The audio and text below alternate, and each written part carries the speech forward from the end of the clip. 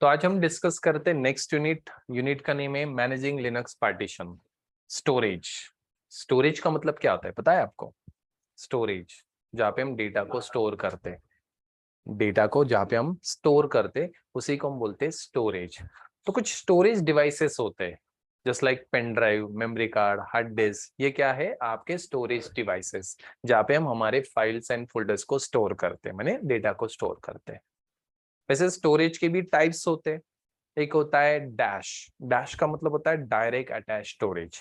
Dash का मतलब होता है direct attach storage.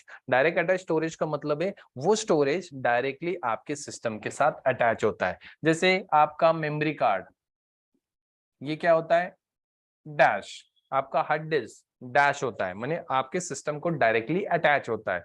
Memory card आपके फोन के साथ डायरेक्ट अटैच होता है। पेन ड्राइव लिया, प्लग किया, डायरेक्ट अटैच किया, तो लोकली उस सिस्टम को डायरेक्टली वो डिवाइस अटैच होता है, उसको हम बोलते हैं डैश।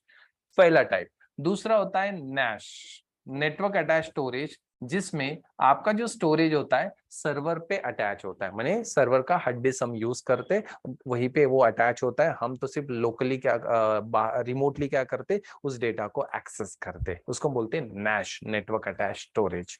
और एक टाइप होता है जिसको सैन बोला जाता है, storage area network. Storage area network ऐसा एक एरिया नेटवर्क में जो स्टोरेज का प्रोविजनिंग हमें करके देता है, ठीक है। और वो नेटवर्क में रॉ हार्ड डिस्क को या रॉ स्टोरेज को शेयर कर देता है। जैसे बेस्ट एग्जांपल गूगल ड्राइव, आई क्लाउड, ड्रॉप बॉक्स, ये क्या करते हैं? हमें नेटवर्क में स्टोरेज शेयर करते हैं और हम स्टोरेज का क्या करते हैं? एक्सेस करते हैं, ठीक है। तो वो शेयर किया जाता है एक पर्टिकुलर प्रोटोकॉल से, आइस्कजी सर्वर बोला जाता है, प्रोटोकॉल आप बोल सकते हो। वो हम तीसरे बुक में डिस्कस करेंगे कैसे करना है स्टोरेज को नेटवर्क में शेयर, जैसे गूगल ड्राइव ने शेयर करके रखा है। तो उसको हम बोलते हैं सैन। सैन का मतलब होता है storage area network. SAN stand for storage area network, ठीक है। तो फिलहाल आज के टॉपिक में हम डैश को ही डिस्कस करेंगे। डैश का मतलब होता है डायरेक्ट अटैच स्टोरेज, जो हमने हार्ड डिस्क डायरेक्टली हमारे सिस्टम के साथ या सर्वर के साथ अटैच किया है, ठीक है। याद रखना है प्रोडक्शन लेवल में जो सर्वर मशीन होता है, जैसे कि कंसिडर करो ये हमारा सर्वर मशीन है, तो ये जो सर्वर मशीन होता है, इन सर्वर मशीन्स के लिए मल्टीपल हार्ड डिस्क लगाए जाते हैं। जैसे मेरे पास ये सर्वर है तो मैं यहाँ पे 5 हार्ड डिस्क कनेक्ट कर सकता हूँ, 5 नहीं ज्यादा 8 हार्ड डिस्क कनेक्ट कर सकता हूँ इसके अंदर, ठीक है। तो उसके स्लॉट्स उतने होते हैं, ठीक है। उसका एक केस होता है, उसके अंदर आपको हार्ड डिस्क को फिट करना होता है, ठीक है। तो सर्वर के लिए मल्टीपल हार्ड डिस्क आप कनेक्ट कर सकते हो। फिलहाल हम लैपटॉप के अंदर एक ही हार्ड डिस्क यूज करते हैं या डेस्कटॉप के अंदर एक हार्ड डिस्क यूज करते हैं। जैसे हम 4 हार्ड डिस्क कनेक्ट कर सकते हैं आपके डेस्कटॉप के लिए। तो मल्टीपल हार्ड डिस्क क्यों लगाए जाते हैं? एक सर्वर होता है, सर्वर के अंदर एक हार्ड डिस्क होता है जिसको रूट हार्ड डिस्क बोला जाता है, या फिर आप उसको बूट हार्ड डिस्क भी बोल सकते हो। तो बूट एसडीडी या रूट एसडीडी, इस हार्ड डिस्क के अंदर सिर्फ क्या होगा? ऑपरेटिंग सिस्टम का डेटा रहेगा, ओएस रहेगा। हमारे केस में हम क्या करते हैं, एक ही हार्ड डिस्क के अंदर ओएस होता है और एक ही हार्ड डिस्क के अंदर हमारा डेटा होता है, ठीक है। बट प्रोडक्शन लेवल में सर्वर का जो हार्ड डिस्क होता है जहाँ पे सिर्फ ओएस रहेगा, वो अलग रहता है, जिसको रूट या बूट हार्ड डिस्क बोला जाता है। तो ये root and boot hard disk है। दूसरा जो हार्ड डिस्क होते हैं वो डेटा हार्ड डिस्क होते हैं, जहाँ पे हम हमारा डेटा स्टोर करते हैं। तो मल्टीपल हार्ड डिस्क यहाँ पे हम क्या करते हैं? कनेक्ट करके रखते हैं। तो ये जो मैंने यहाँ पे 3 हार्ड डिस्क कनेक्ट किया है, तो ये कंसिडर करो ये डेटा हार्ड डिस्क रहेगा। इसमें सिर्फ क्या रहेगा? यूजर का डेटा रहेगा, हमारा डेटा रहेगा बस। ये हार्ड डिस्क फेल्ड भी हो गया आपका, root hard disk, boot hard disk, ठीक है, तो भी टेंशन नहीं, हमारे पास डेटा हार्ड डिस्क के अंदर हमारा डेटा रहता है। अभी फिलहाल लैपटॉप में या डेस्कटॉप में हम इस तरह का सेटअप फिलहाल बना रहे हैं। एसएसडी हार्ड डिस्क लेते हैं जिसके अंदर सिर्फ क्या करते हैं? ओएस को रखते हैं, और बाकी जो हमारा एचडीडी हार्ड डिस्क होता है वो हम डेटा के लिए यूज करते हैं, ठीक है, इस तरह से। जैसे मैंने भी यहाँ पे क्या किया, एसएसडी हार्ड डिस्क लिया है 250 जीबी का, ठीक है, जिसमें सिर्फ ओएस रखा है और बाकी 500 जीबी में मैं डेटा को स्टोर करता हूँ, ठीक है। तो इसी तरह से ये कंसेप्ट होता है सर्वर में, ठीक है। तो आज के टॉपिक में लिनक्स में पार्टीशंस कैसे क्रिएट करना है ये हमें डिस्कस करना है। वैसे पार्टीशन का मतलब क्या होता है?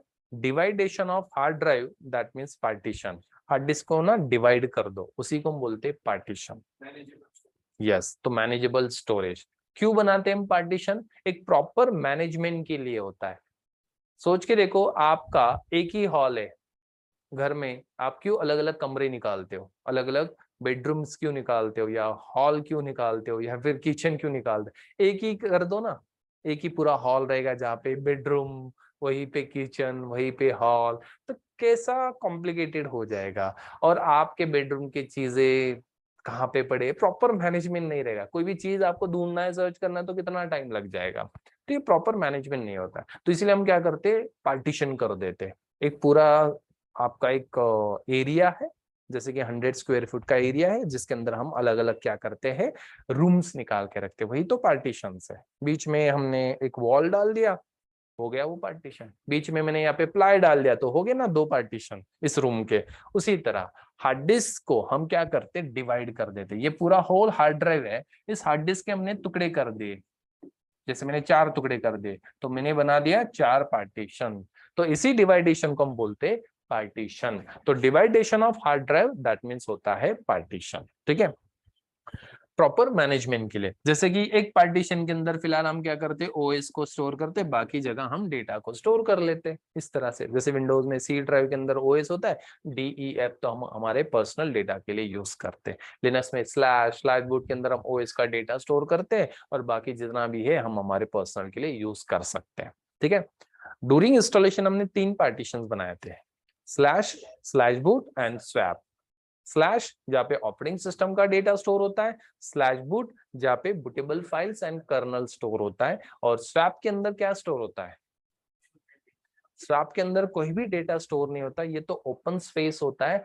हाँ, जो open space as a virtual memory के लिए यूज किया जाता है। तो स्वैप पार्टीशन अंदर कोई डेटा स्टोर नहीं किया जाता है, वो तो जब फिजिकल रैम पे लोड आता है तो ये पार्टीशन यूज किया जाता है as a virtual memory. Detail में हम फिर से कल डिस्कस करेंगे, बिकॉज कल मैंने नेक्स्ट टॉपिक हमारा वही है, स्वैप पार्टीशन कैसे क्रिएट करना है आफ्टर इंस्टॉलेशन।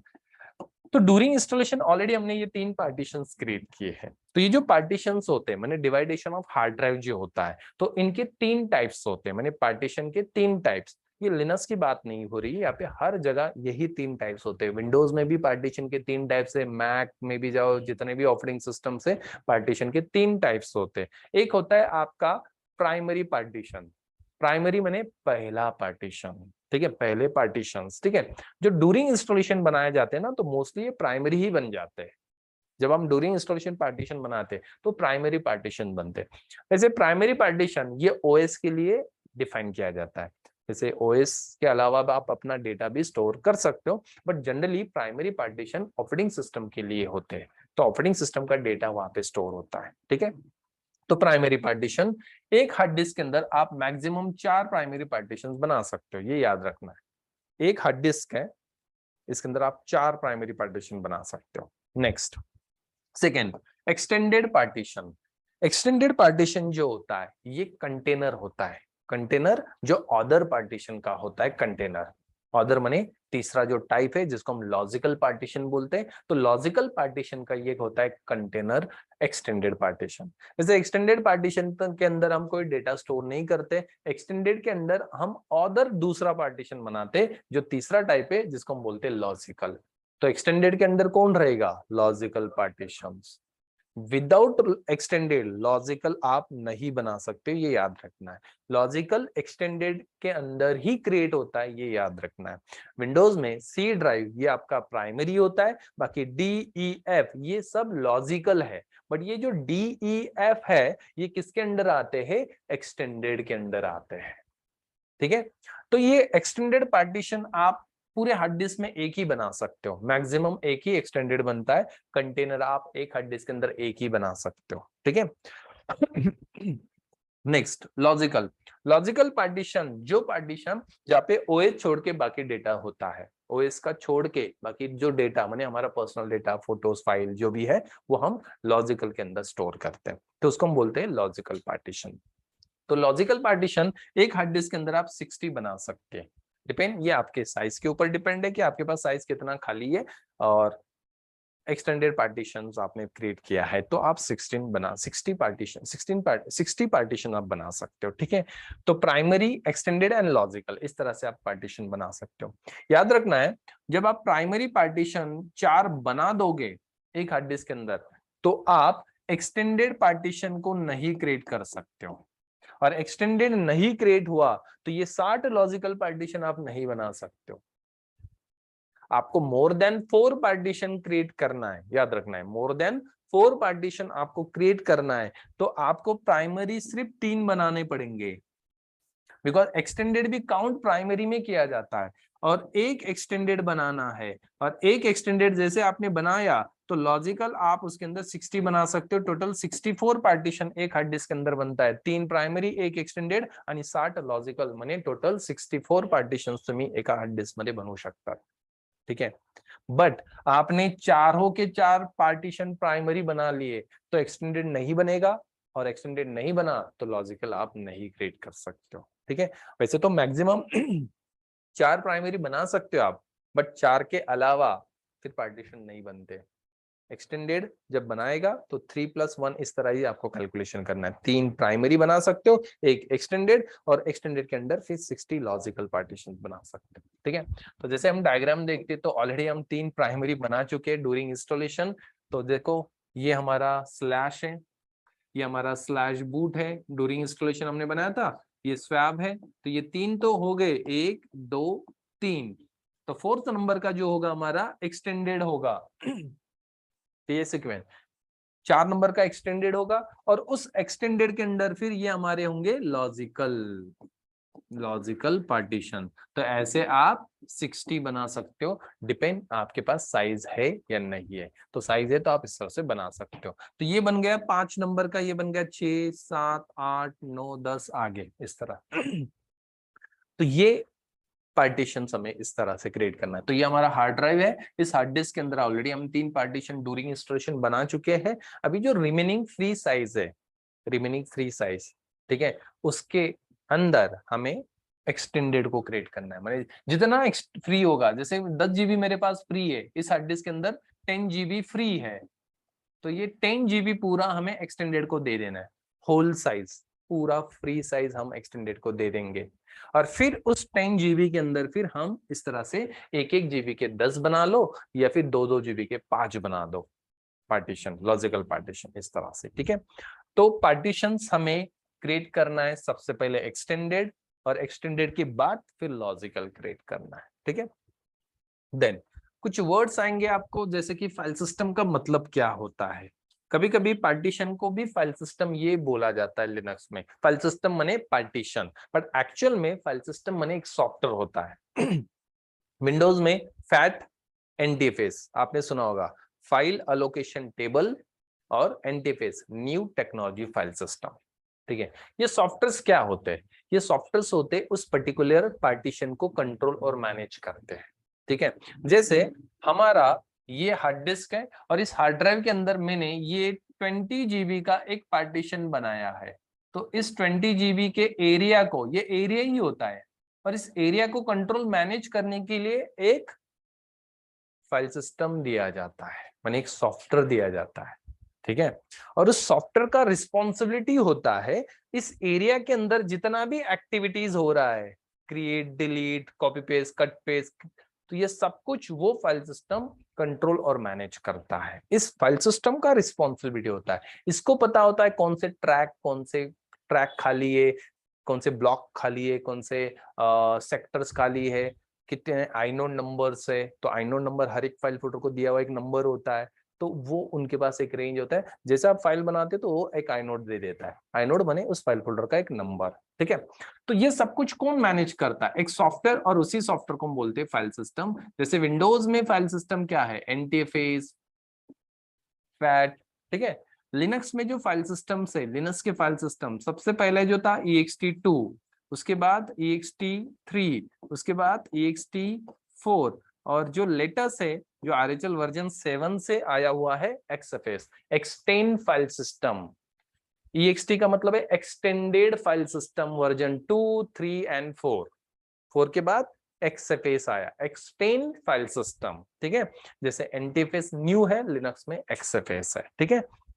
तो ये फाइल सिस्टम्स है, ये क्या है, फाइल सिस्टम। इन सॉफ्टवेयर का काम क्या है, इस एरिया को कंट्रोल और मैनेज करना, जो भी एक्टिविटीज होता है वो। हर एक पार्टीशन को अलग अलग एरिया दिया जाता है, जैसे कि ये एरिया 10 GB का है तो मैंने ये दूसरे फाइल सिस्टम को दिया है, हालांकि दूसरा फाइल सिस्टम भी XFS ही है, ठीक है। जैसे विंडोज में आप सी ड्राइव एनटीएफएस से करते हो, डी ड्राइव भी एनटीएफएस से होता है, बट दोनों का नाम एक है बट अलग अलग है वो, ठीक है। सी ड्राइव वाला फाइल सिस्टम डी ड्राइव को कंफ्यूज नहीं करेगा या फिर इंटरफेयर नहीं करेगा, और डी वाला सी ड्राइव के फाइल सिस्टम के साथ कोई भी कम्युनिकेशन नहीं करेगा, ये अलग अलग होगा, आइसोलेट होगा अलग अलग, ठीक है, बिकॉज पार्टीशन क्या अलग अलग है इस तरह से।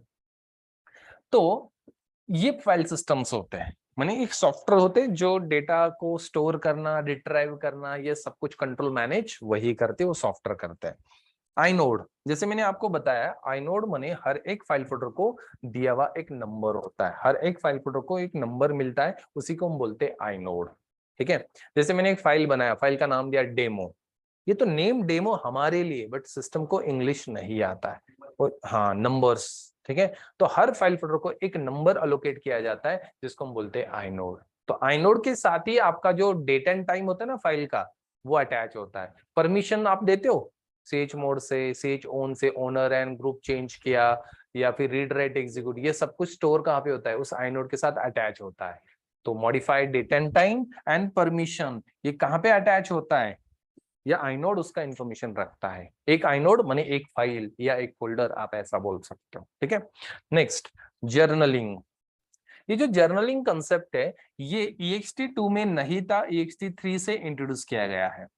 वो इंपॉर्टेंट कंसेप्ट है ये जर्नलिंग, या फीचर आप बोल सकते हो फाइल सिस्टम का। जर्नलिंग क्या करता है? Journaling allowed the file system to repair itself and improper shutdown. Improper shutdown का मतलब आपने डायरेक्टली मशीन को बंद कर दिया, पावर कट कर दिया, उसको हार्ड शटडाउन भी बोला जाता है। हार्ड रिबूट माने आपने डायरेक्टली बटन प्रेस कर दिया। सॉफ्ट शटडाउन और सॉफ्ट रिबूट माने प्रॉपरली आप शटडाउन ऑप्शन में गए, प्रोसेस अकॉर्डिंग वो प्रॉपरली बंद हुआ, तो इसमें फाइल सिस्टम क्रैश होने के चांसेस नहीं होते। बट जब आप पावर डायरेक्टली कट कर देते हो या फिर डायरेक्ट बटन बंद कर देते हो, तो ये प्रॉपरली मशीन बंद नहीं होता है, तो इस केस में आपका फाइल सिस्टम क्रैश हो सकता है। और जैसे फाइल सिस्टम टेबल क्रैश हो गया, तो नेक्स्ट टाइम जैसे सिस्टम बूट करते हो तो फाइल सिस्टम टेबल ही क्रैश हो गया, तो सिस्टम उस पार्टीशन को माउंट ही नहीं करता है बूटिंग टाइम, और फिर आपका सिस्टम स्टार्ट नहीं होता है। तो ऐसे केस में जर्नलिंग खुद रिपेयर कर देता है। इन केस ऐसा कुछ होता है, इनप्रॉपर शटडाउन से आपका फाइल सिस्टम टेबल क्रैश होता है, तो जर्नलिंग उसको रिपेयर करता है। ये कंसेप्ट ext2 में नहीं था, सपोर्ट नहीं होता था, 3 में आया, 4 में भी, XFS में, और आगे भी जितने भी फाइल सिस्टम्स आएंगे उसके अंदर ये होगा, ठीक है। इन चारों में डिफरेंसेस तो मैंने सिर्फ एक ही बताया जर्नलिंग का, बट इनमें और भी डिफरेंसेस है। मैं आपको एक इंटरव्यू सेशन लेता हूँ आखिरी में, तो उस टाइम में आपको ये मैं एक्सप्लेन करने वाला हूँ, ठीक है। तो इन के चारों में क्या क्या डिफरेंसेस हैं, जो इंटरव्यू में ये क्वेश्चन आपको पूछा जाता है, ठीक है। तो आज के टॉपिक में हमें डिस्कस करना है कि लिनक्स में पार्टीशंस को कैसे क्रिएट करना है, आफ्टर इंस्टॉलेशन पार्टीशन कैसे बनाया जाता है, उसका हमारा प्रैक्टिकल होगा, ठीक है। पहले आप थ्योरी लिख लो, फिर प्रैक्टिकल हम डिस्कस करते हैं।